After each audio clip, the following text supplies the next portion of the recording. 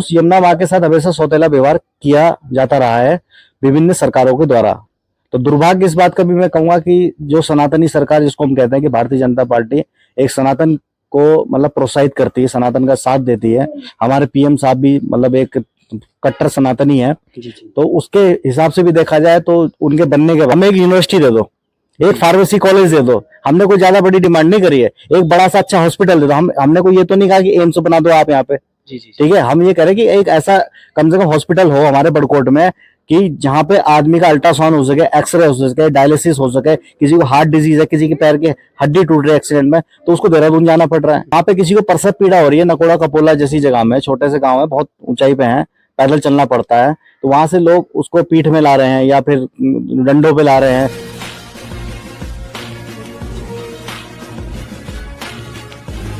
प्रणाम, नमस्कार, मैं हूं जयप्रकाश जेपी पहाड़ी। आप देख रहे हैं पहाड़ दूरदर्शन न्यूज। आज मेरे साथ एक ऐसे व्यक्ति मौजूद हैं जो किसी परिचय के मोहताज नहीं है। यमुनोत्री विधानसभा के पूर्व विधायक प्रत्याशी एडवोकेट विपिन कुमार सोनी जी मेरे साथ मौजूद हैं। धन्यवाद आपका, आपको प्रणाम। आप इतनी दूर से आए तो आपका स्वागत है हमारे घर में छोटे से। तो सबसे पहले तो बधाई देता हूँ आपको, क्योंकि आपका चैनल बहुत अच्छा काम कर रहा है और आगे भी आप ऐसे ही काम करते रहें, इसके लिए मेरी तरफ से ढेर सारी शुभकामनाएं। धन्यवाद सर। सर, आपने देखा होगा जो त्रिस्तरीय जो पंचायती चुनाव चल रहे हैं, लगातार जितने भी कैंडिडेट हैं कहीं ना कहीं अपनी दावेदारी कर रहे हैं, जितने भी कैंडिडेट हैं तैयारियों में लगे हुए हैं, क्या संदेश देना चाहोगे? देखिए, जितने भी मेरे भाई, मेरी बहनें और दोस्त जो मेरे हम उम्र हैं, जो भी तैयारी कर रहे हैं, अच्छे से तैयारी करें और बढ़िया परफॉर्मेंस दें, क्योंकि ये एक लोकतंत्र के पर्व का ये एक हिस्सा है। जो हमारे कहते हैं ना, अच्छे समाज के बीच में कुछ गलत लोग भी होते हैं। तो जो नशे की इत्यादि की जो सामग्रियां उपलब्ध कराने की चेष्टा कर रहे हैं, तो आप सब जितने भी हमारे भाई बहन मित्र जो भी खड़े होंगे चुनाव में, तो इसका विरोध आप खुल के करें। सर, आपने देखा होगा यमुनोत्री विधानसभा में कल एक लैंडस्लाइडिंग भी हुई है और तमाम आप यमुनोत्री विधानसभा की आवाजें उठाते रहते हैं। मैं अभी आपके फेसबुक पेज से देख रहा था, रोड के संबंध में, शिक्षा के संबंध में आपने आवाज उठाई थी। सबसे पहले तो जो ये लैंडस्लाइड हुआ है, इसका मुझे बहुत दुख है और मैं भगवान से, सोमेश्वर महादेव से, माँ यमुना से उन मृतकों के लिए, आत्मा की शांति के लिए प्रार्थना करता हूँ। और मैं साथ ही साथ उत्तराखंड सरकार से ये मांग भी करता हूँ कि जो जिन्होंने अपने प्राण गंवाए हैं उनको कुछ आर्थिक सहायता भी दी जाए उनके परिवार वालों को, ताकि उत्तराखंड सरकार की तरफ से एक मैसेज आए कि अतिथि देवो भव की जो परंपरा उत्तराखंड वाले निभाते हैं, तो ये एक सार्थक सिद्ध हो कि यहाँ पे उत्तराखंड में जो अतिथि है वो वाकई में देवता के समान माने जाते हैं। तो अब जो गुजर चुके हैं उनको वापस तो लाया नहीं जा सकता, लेकिन एक छोटी सी अगर कोई भी आर्थिक सहायता हो जाए तो बहुत अच्छा रहेगा उनके परिवार के लिए। क्योंकि किसी ने अपना भाई खोया है, किसी ने अपनी बहन खोई होगी, किसी ने अपना बेटा खोया, तो उस दुख को हम भरपाई नहीं कर सकते, लेकिन ये है कि थोड़ा सा मरहम जरूर लगा सकते हैं आर्थिक सहायता के तौर पे। आपने अपने पेज से एक बार लाइव चले थे आप, तो आप शिक्षा का, आपने मुख्यमंत्री को भी ज्ञापन सौंपा था शिक्षा को लेकर के। बड़कोट में आपने देखा होगा बड़ी दयनीय स्थिति शिक्षा की है।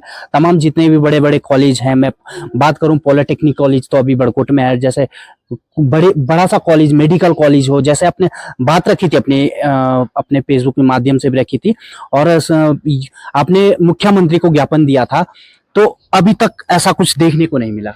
देखिए सर, मैंने बहुत सारे पत्र लिखे और बड़े बड़े ओहदे पे जो बैठे हुए मंत्री हैं या हमारे जो सीएम साहब हैं, और यहाँ तक कि भारत सरकार जो हमारे मोदी साहब जी हैं, हमारे प्राइम मिनिस्टर, उनको भी मैंने पत्र लिखा था और मैंने इस पे जोर दिया था कि जिस तरीके से हमारे प्रधानमंत्री मोदी जी बद्रीनाथ जाते हैं, केदारनाथ जाते हैं और अभी पिछले कुछ महीनों पहले मुखबा में गए थे, तो मैं यही उनको पत्र लिख के ये मैंने आमंत्रित भी किया था, निमंत्रण भी समझ कह सकते हैं आप उसको, कि आप यमुनोत्री आएं और यमुनोत्री की स्थिति का भी आप जायजा लें। क्योंकि यमुनोत्री एक इतना बड़ा धाम है। माँ यमुना साक्षात सूर्य देव की पुत्री और शनिदेव और यमराज की बहन, तो जिनका हमारे सनातन में पौराणिक ग्रंथों में बहुत ही महत्वपूर्ण स्थान है। जैसा स्थान माँ गंगा का है, वैसी माँ यमुना का है, और उस यमुना माँ के साथ हमेशा सौतेला व्यवहार किया जाता रहा है विभिन्न सरकारों के द्वारा। तो दुर्भाग्य इस बात का भी मैं कहूंगा कि जो सनातनी सरकार जिसको हम कहते हैं कि भारतीय जनता पार्टी एक सनातन को मतलब प्रोत्साहित करती है, सनातन का साथ देती है। हमारे पीएम साहब भी मतलब एक कट्टर सनातनी है। तो उसके हिसाब से भी देखा जाए तो उनके बनने के बाद, जैसे उन्होंने कहा था कि अगला दशक उत्तराखंड का दशक होगा, देवभूमि का दशक होगा, तो अभी आप यमुनोत्री की स्थिति देखते हैं। मैंने वीडियो में भी कहा था कि अगला दशक उत्तराखंड का ऐसा दशक है कि यमुनोत्री में हमारे धाम में कचरे और कूड़े के पहाड़ बनते जा रहे हैं। जी जी खरसाली खुशीमठ की सड़क जो मैंने वीडियो बनाई थी, जी जी तो वो आपने देखा होगा, राना से लेके और जानकी चट्टी तक सड़क को पेंटिंग किया गया था उस वीडियो के बाद। जी लेकिन खरसाली खुशीमठ का जो रास्ता डाइवर्ट हो रहा है वहां से फूल चट्टी से, वो पेंटिंग मैंने तब देखी थी जब मैं छोटा बच्चा था, और आज मेरी उम्र लगभग 35 साल की होने वाली है या हो चुका हूँ। तो वो सड़क आज भी यूं की तो उबड़ खाबड़ है, और छोटी गाड़ी अगर कोई जाती है, जैसे कोई अल्टो है किसी भाई के पास या वैगन आ रहा, तो उसका चैम्बर लगने तक का डर है। रात को गया तो समझ लो कुछ ना कुछ हादसा हो सकता है। एक खरसाली के हमारे भाई है, उनकी गाड़ी गिरी भी थी वहां पे, आपने अपने चैनल पे चलाया भी था। जी जी और कूड़े को लेके, प्लास्टिक को लेके अभी तक कोई भी वहां पे ऐसी नीति नहीं है सीवर्स को लेके कि यमुनोत्री को स्वच्छ कैसे बनाया जाए। जी जी एक तरफ हम कह रहे हैं कि हम यमुनोत्री में 3D मॉडल लाएंगे, दूसरी तरफ हम कह रहे हैं यमुनोत्री को हम कॉरिडोर बनाएंगे, तो वो कॉरिडोर अभी दूर दूर तक तो नदारत दिख रहा है मेरे को। दूसरी चीज हॉस्पिटल फैसिलिटी, अब खरसाली है, दुर्बिल गांव है, दुर्बिल गांव में अब तक पुल नहीं लगा। निसणी गांव है आपका, राना गांव है, दांगुड़ गांव है, बाड़िया है, और आपका कुठार है, और जैसे नकोड़ा है, कपोला है, यहाँ पे भी सड़क नहीं है अभी। आपका खनेड़ा में सड़क नहीं है, खुद आपके बाड़िया में बहुत कम डिस्टेंस है, वहां पे सड़क नहीं है। तो कहने की बात है कि वहां पे किसी को प्रसव पीड़ा हो रही है, नकोड़ा कपोला जैसी जगह में, छोटे से गांव है, बहुत ऊंचाई पे है, पैदल चलना पड़ता है, तो वहां से लोग उसको पीठ में ला रहे हैं या फिर डंडों पे ला रहे हैं, और जब तक वो बड़कोट पहुंचती है, बड़कोट में आके उसको रेफर कर दिया जाता है कि तो बड़कोट में भी तो सर रेफर सेंटर बना हुआ है। हाँ, बड़कोट में तो उसको हॉस्पिटल कम वो रेफर सेंटर है, वहां पे लिख देते हैं डॉक्टर की सर आप इसको देहरादून ले जाइए। देहरादून यहाँ से बड़कोट जाने में कम से कम 3 से 4 घंटे भी लग जाते हैं, और जाम ज्यादा है अगर देहरादून सिटी में तो कभी कभी 5 घंटे भी लग जाते हैं। तो उतने में तो बेचारी महिला तड़प तड़प के प्राण भी त्याग देती है, और कईयों के प्राण गए भी हैं। तो मैंने यही डिमांड की थी या मांग की थी, या मैंने ये कोशिश प्रयास भी किया था, पत्रों के माध्यम से भी, बाइट के माध्यम से भी, लाइव आके भी करा था कि हमें कुछ मत दो, हमें हमें हमारे उत्तरकाशी डिस्ट्रिक्ट में बड़कोट में नहीं दे सकते, पुरोला दे दो, पुरोला में नहीं दे सकते, बड़कोट में दे दो, या बीच में दे दो कहीं, हमें एक यूनिवर्सिटी दे दो, एक फार्मेसी कॉलेज दे दो। हमने कोई ज्यादा बड़ी डिमांड नहीं करी है, एक बड़ा सा अच्छा हॉस्पिटल दे दो। हमने कोई ये तो नहीं कहा कि एम्स बना दो आप यहाँ पे, जी जी ठीक है। हम ये कह रहे हैं कि एक ऐसा कम से कम हॉस्पिटल हो हमारे बड़कोट में कि जहाँ पे आदमी का अल्ट्रासाउंड हो सके, एक्सरे हो सके, डायलिसिस हो सके, किसी को हार्ट डिजीज है, किसी के पैर की हड्डी टूट रही है एक्सीडेंट में, तो उसको देहरादून जाना पड़ रहा है। जी भाई हम देहरादून क्यों जाएं? देहरादून वाले यहाँ पे आए, ऐसा कुछ विकास होना है यहाँ पे। अगला दशक अगर आपको उत्तराखंड का बनाना है, आप एक तरफ कहते हैं कि पलायन रोको जी, पलायन रोको, ऐसे पलायन नहीं रुकता है। पलायन रोकने के लिए आपको यूनिवर्सिटी बनानी पड़ेगी, पलायन रोकने के लिए आपको मेडिकल कॉलेज स्टैब्लिश करने पड़ेंगे, पलायन रोकने के लिए आपको अच्छे सड़क की सुविधा देनी पड़ेगी, पलायन रोकने के लिए आपको रोजगार देना पड़ेगा, पलायन रोकने के लिए आपको ये जो हमारे धाम 4 धाम है, यमुनोत्री धाम भी हमारा उसमें, इनमें बहुत ही अच्छे तरीके से विकास करना पड़ेगा, यात्रा बढ़ानी पड़ेगी। अभी हमारे यहाँ ज्यादा यात्री आ जाएंगे तो हमारे यहाँ कोई रहने की व्यवस्था नहीं है, कोई साफ सफाई की व्यवस्था नहीं है, सड़क जाम हो जाएगी, फिर लोग 6-6, 7-7 घंटे सड़कों में फंसे पड़े हैं। तो इस तरीके से पलायन नहीं रुकेगा। पलायन का मतलब क्यों जा रहा आदमी रोटी कमाने के लिए, जी जी जब उसके पास यहाँ काम नहीं है? आदमी क्यों जा रहा है देहरादून यूनिवर्सिटी में? उस बच्चे से पूछिए जो पैदल गाँव में जाता है, ठीक है, उसके बाद जब वो 12वीं पास करता है तो उसके माता पिता मजबूरी में उसको अपने जिगर के टुकड़े को कहते हैं जा बेटा देहरादून चले जा, जा बेटा दिल्ली चले जा। फिर वो AIEEE, IIT जे या आपका जो नेट के एग्जाम है, जो डॉक्टरी से रिलेटेड है, कोई किसी प्रकार के एग्जाम उसकी तैयारी करना है तो देहरादून जाओ साहब। फिर वहां पे वो 4-5 हजार का कमरा लेगा, गरीब आदमी 4-5 हजार रुपए कहाँ से अफोर्ड करेगा? जी जी तो हमें ऐसा विकास करना है कि देहरादून वाले हमारे पास आए, बड़कोट आए, देहरादून वाले उत्तरकाशी आए, यमुनोत्री आए, कि चलो जी वहां पे मेडिकल कॉलेज, वहां पढ़ाई करेंगे। जब श्रीनगर में NIT कॉलेज खुल सकता है तो क्या हमारे बड़कोट में नहीं खुल सकता? जी जी क्या हमारे पास जगह नहीं है? हमारे पास नियत नहीं है, हमारे नेताओं की नियत नहीं है, वो चाहते नहीं कि यहाँ का विकास हो। हाँ, आपने बड़ी पीड़ा आपकी मैंने देखी है, कहीं ना कहीं आपके अंदर जो पीड़ा है, अच्छी बात है, पीड़ा होनी जरूरी है, क्योंकि युवा है तो युवाओं के अंदर पीड़ा होनी जरूरी है।